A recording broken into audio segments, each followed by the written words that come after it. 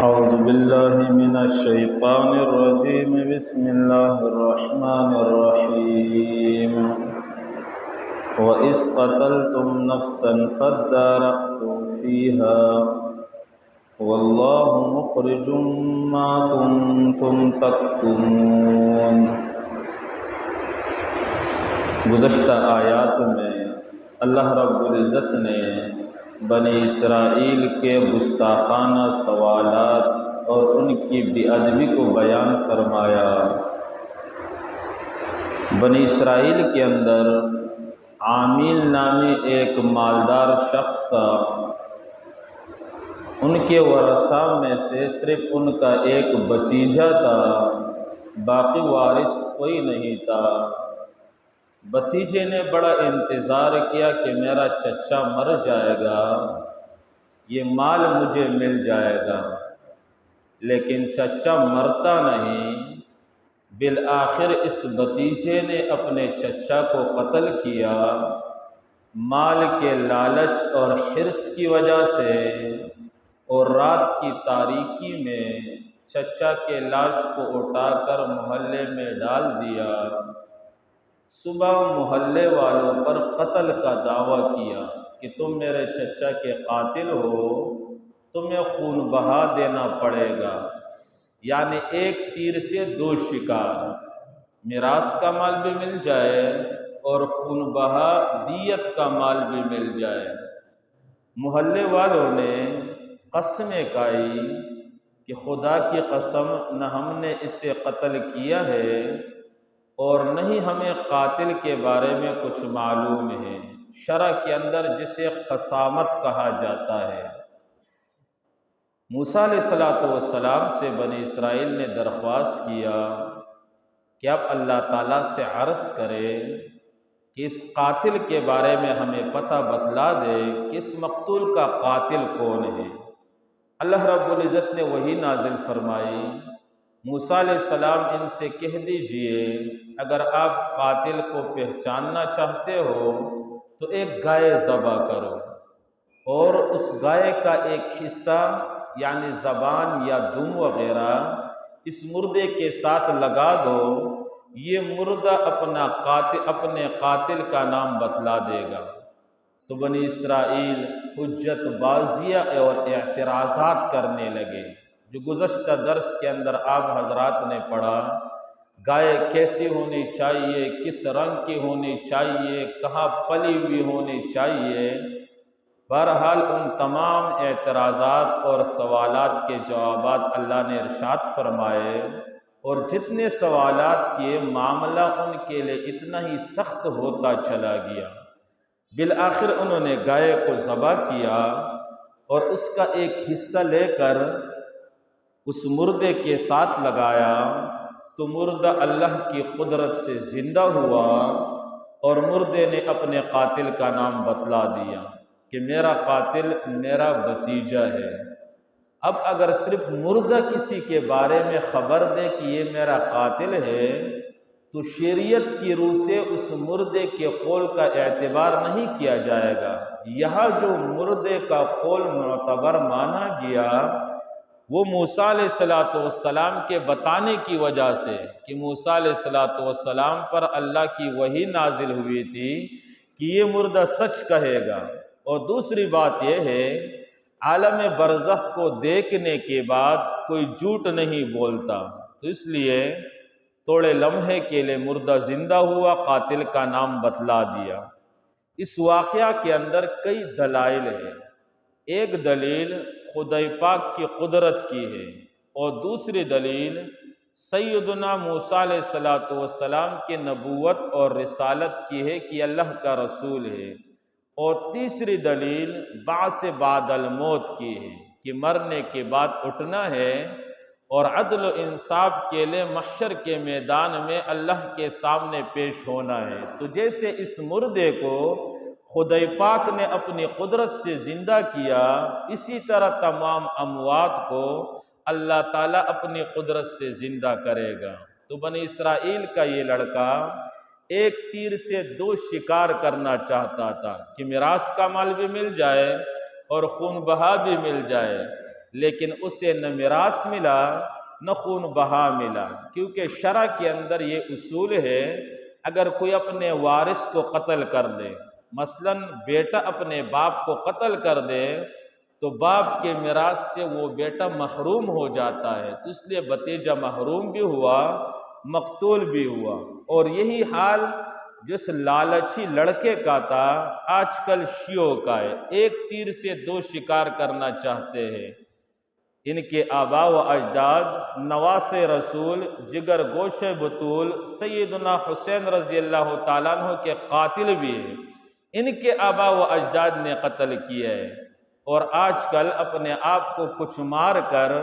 یہ حسین کے عشق کے دعوے بھی کرتے ہیں، لیکن ان کی عبادت قبول تب ہوتی جب ہاتھ ہمارے سنیوں کے ہوتے، ہاتھ ہمارے ہوتے اور سینے ان کے ہوتے، پھر عبادت میں اخلاص کیسی ہوتی ہے؟ ہم انہیں دکھاتے کہ کس طرح مارا جاتا ہے، لیکن یہ مارنا عبادت نہیں،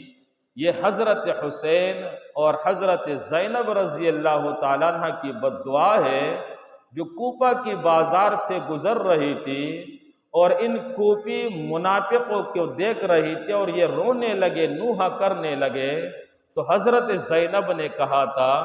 تم نے ہمیں بلوایا ہے کربلا کے اندر اور تم نے ہمیں قتل کیا ہے، تمہارے سوا ہمارے قاتل کون ہیں؟ اور جس طرح آپ رو رہے ہو، نوحہ کر رہے ہو، قیامت کے دن تک اسی طرح ماتم کرو گے اور پیٹتے رہو گے۔ عبادت تو وہی ہوتا ہے کہ جس میں مولوی سب سے آگے ہو، مقتدی پیچھے ہے، امام آگے ہے۔ آپ سنیوں کو دیکھیں، جہاد کے میدان کے اندر سپہ سالار اور کمانڈر مولوی ہوگا، تبلیغ کے میدان میں مولوی کو آگے بڑھایا جائے گا، لیکن شیعوں کے ہاں جو ماتم ہوتا ہے یہ کرایہ دار ٹٹو ہوتے ہیں، اور ان کے مولوی جو ماتم کرتے ہیں ان کا طریقہ یہ ہے، لوگوں کو بیوقوف بنا کر خود تالیاں بجاتے ہیں۔ اس لیے میرا دوستو، جیسے اس نے ایک تیر سے دو شکار کرنے چاہے، اسی طرح شیعہ بھی کرنا چاہتے ہیں، لوگوں کو بیوقوف بنا کر کافر بنانے کی کوشش کرتے ہیں۔ بہرحال اس قاتل کا پتہ اس مردے نے بتلا دیا، تو یہ واقعہ اللہ رب العزت بیان فرما رہے ہیں، وَإِذْ قَتَلْتُمْ نَفْسًا، اور جس وقت تم نے قتل کیا ایک نفس محترم کو، فَادَّارَأْتُمْ فِيهَا، پس تم الزام ڈالنے لگے ایک دوسرے پر، لوگ کہنے لگے کل تو اس کے ساتھ تکرار کر رہا تھا نا، تم دونوں کی بات بڑھ گئی تھی، تم نے اسے قتل کیا ہوگا، ایک کہتے تم نے اسے قتل کیا ہوگا۔ واللہ مخرج، اور اللہ تعالیٰ نکالنے والا ہے، یعنی اللہ تعالیٰ ظاہر کرنے والا تھا، ما کنتم تکتمون، جو تم چھپاتے تھے، یعنی قاتل تو یہ نہیں چاہتا کہ میرا نام ظاہر ہو جائے، میرا نام کا کسی کو پتہ نہ چلے، خون بہا دیت بھی مل جائے اور میراث بھی مل جائے، لیکن اللہ تعالیٰ کا یہ ارادہ تھا کہ قاتل ظاہر ہو کر رہے گا، تو اللہ تعالیٰ نے ظاہر کر کے بتلا دیا۔ فقلنا، پس ہم نے کہا، اضربوہ، مارو اس مردے کو، ببعضھا، اس گائے کے ایک ٹکڑے کے ساتھ، یعنی اس کا زبان کاٹ کر یا گائے کا دم کاٹ کر اس مردے کے ساتھ لگا دو، یہ مردہ کڑا ہو جائے گا، زندہ ہو کر قاتل کا نام بتلا دے گا۔ انہوں نے اسی طرح کیا تو اس مقتول نے قاتل کا نام بتلا دیا۔ کذالک یحیی اللہ الموتیٰ، گائے کے ٹکڑا لگنے سے مردہ زندہ نہیں ہوا، بلکہ زندہ جو ہوا ہے وہ خدائے پاک کی قدرت سے اور حکم سے زندہ ہوا ہے۔ لیکن بنی اسرائیل سے جو گائے ذبح کرائی گئی، اس کی وجہ یہ تھی کہ ارے بنی اسرائیل، تم نے بچڑے کو، گائے کو معبود بنا لیا تھا، یہ کوئی معبود بنانے کی چیز ہے، یہ تو ذبح ہونے سے اپنے آپ کو بچا نہیں سکتا، یہ تو ذبح ہونے کے لیے کھانے کی چیز ہے، یہ معبود بنانے کے قابل نہیں، اس لیے گائے کو ذبح کرایا گیا۔ وَيُرِيكُمْ آيَاتِهِ، اور اللہ کریم تمہیں دکھلاتا ہے اپنی قدرت کی نشانیاں، یعنی مردے کو زندہ کرنا اور مردے کا قاتل کا نام بتلا دینا، یہ خدائے پاک کی قدرت کی نشانیاں ہیں۔ اللہ نشانیاں اس لیے دکھلا رہا ہے لعلکم تعقلون، تاکہ تم عقل کو استعمال کرو، عقل سے کام لو۔ ثم قست قلوبکم، بنی اسرائیل جو بڑے بے ادب تھے اور گستاخانہ سوالات کیا کرتے تھے، خدائے پاک کے نبی کے ہاتھ پر معجزات دیکھتے تھے، مردے کو زندہ ہوتے ہوئے دیکھا، لیکن اس کے باوجود بھی ان کے دل ماننے کے لیے تیار نہیں ہوئے۔ تو اس کی وجہ بتا رہے ہیں کہ یہ ایسے بے جا، گستاخانہ اور بڑوں کی بے ادبی اس لیے کرتے ہیں کہ ان کے قلوب سخت ہے، ان کے دل سخت ہو گئے، اور جس بندے کا دل سخت ہو جائے وہ اللہ تعالیٰ سے بڑا دور ہوتا ہے۔ ترمذی شریف کی روایت ہے، رسول خدا صلی اللہ علیہ وسلم نے ارشاد فرمایا کہ سوائے اللہ کے ذکر کے کثرت سے کلام نہ کرو۔ کثرت کے ساتھ اگر زبان سے کچھ نکالنا ہے تو اللہ کی یاد کی باتیں کرو، اللہ کو یاد کرو، کثرت سے باتیں نہ کرو، کیونکہ کثرت سے بات کرنا یہ بندے کے دل کو سخت کر دیتا ہے، اور اللہ کے رسول نے فرمایا سخت دل والا بندہ اللہ تعالیٰ سے بہت دور ہے۔ اس لیے نبی کریم صلی اللہ علیہ وسلم دعا مانگا کرتے تھے، اللہم انی اعوذ بک من القسوۃ والغفلۃ، اے اللہ میں آپ سے پناہ چاہتا ہوں سخت دل سے اور غافل دل سے، کہ میرا دل سخت بھی نہ ہو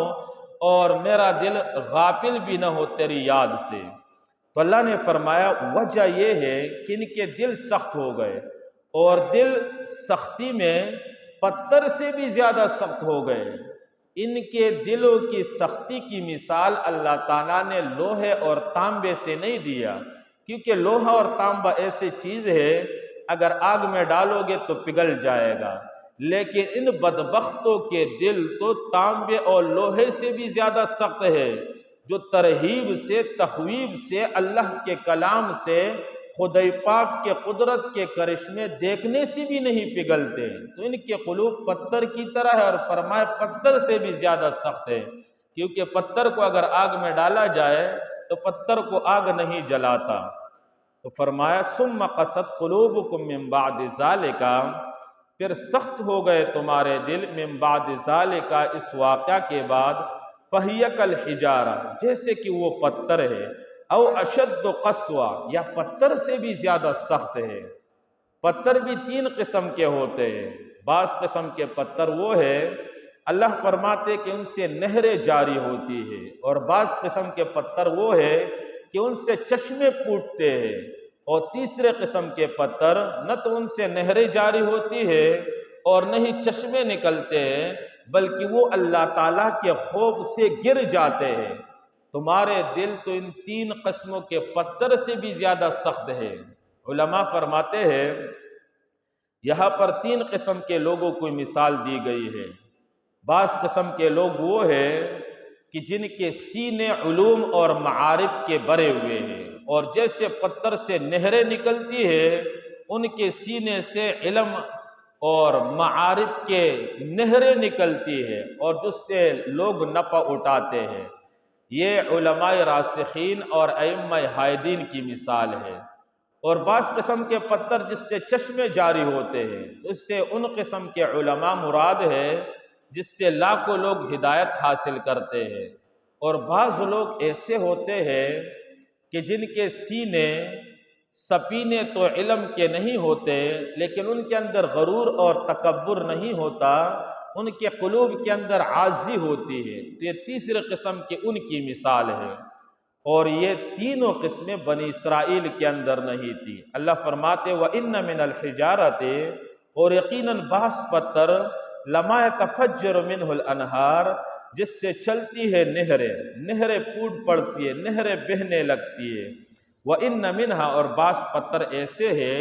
لَمَا يَشَّقَّقُ، جو پھٹتے ہیں، فَيَخْرُجُ مِنْهُ الْمَاءُ، اور اس سے پانی نکلتا ہے، یعنی چشمے نکلتے ہیں۔ وَإِنَّ مِنْهَا، اور بعض پتھر ایسے ہیں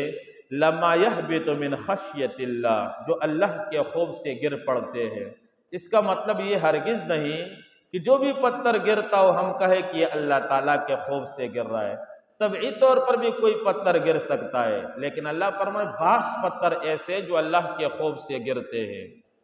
اب یہ ذہن میں اشکال آ سکتا ہے کہ پتھر تو جمادات ہے، ان کے اندر تو حس نہیں، ان کے اندر تو حیات نہیں، تو ان سے اللہ تعالیٰ کے خوف سے کیسے چشمے جاری ہوتے ہیں، کیسے نہریں بہہ پڑتی ہے، اور کیسے وہ اللہ کے خوف سے گرتے ہیں۔ اہل سنت والجماعت کا یہ عقیدہ ہے کہ حیوانات اور جمادات کے اندر ایک قسم کا روح ہے اور ایک قسم کی حیات موجود ہے، لیکن ان حیات کا ہمیں شعور نہیں۔ یہ سارے بے پیدا اور بیکار نہیں بنائے گئے، بلکہ جتنے جمادات، حیوانات ہے، پتھر ہے، درخت ہے، ان کے اندر ایک قسم کا حس موجود ہے اور ایک قسم کی حیات موجود ہے۔ اللہ ہی بہتر جانتے ہیں، ہمیں اس کا علم نہیں۔ وَمَا اللَّهُ بِغَافِلٍ عَمَّا تَعْمَلُونَ، اور اللہ تعالیٰ نہیں ہے بے خبر جو تم کر رہے ہو۔ اچھا کرو گے تو محشر کے میدان میں اللہ کی طرف سے انعام ملے گا، اور اگر اللہ تعالیٰ کے احکامات توڑ کر زندگی گزارو گے، نفس کے غلام بن کر زندگی گزارو گے، تو پھر محشر کے میدان میں ہمیشہ ہمیشہ کے لیے رسوائی ہوگی۔ اللہ تعالیٰ کے ہر بندے پر کامل نظر ہے، اور بندے کے جسم سے نکلنے والا کوئی حرکت، کوئی سکون، کوئی لمحہ ایسا نہیں کہ جس وقت اللہ تعالیٰ کا نظر نہ ہو۔ تو کلام خدا کے ذریعے اللہ تعالیٰ مجھے اور آپ کو سمجھا رہے ہیں کہ دنیا کی زندگی آمد برائی بندگی، زندگی بے بندگی شرمندگی۔ اگر دین کے لیے محنت کرو گے، دین پر اپنا جان، اپنا وقت خرچ کرو گے، تو دنیا کے اندر بھی یاد رکھ کے جاؤ گے، آخرت کے اندر بھی کامیابی ملے گی۔ جیسے حسین نے قربانی دی، تو حسین کا نام ابھی ہم یاد رکھتے ہیں۔ نہ زیاد کا وہ ستم رہا، نہ یزید کی وہ جفا رہی، جو رہا تو نام حسین کا، جسے زندہ رکھتی ہے کربلا۔ تو اگر ہم نیک کام کریں گے، دنیا کے اندر بھی عزت، سکون، آرام و راحت ملے گی، اور مرنے کے بعد ہمیشہ عزتوں سے نوازا جائے گا۔ اللہ رب العزت مجھے اور آپ کو عمل کرنے کی اور نشر و اشاعت کرنے کی توفیق نصیب فرمائے۔ وَإِذْ قَتَلْتُمْ نَفْسًا، اور جس وقت تم نے قتل کیا ایک جان کو، فَادَّارَأْتُمْ فِيهَا، پس الزام ڈالنے لگے ایک دوسرے پر، وَاللَّهُ مُخْرِجٌ، اور اللہ کریم نکالنے والا تھا،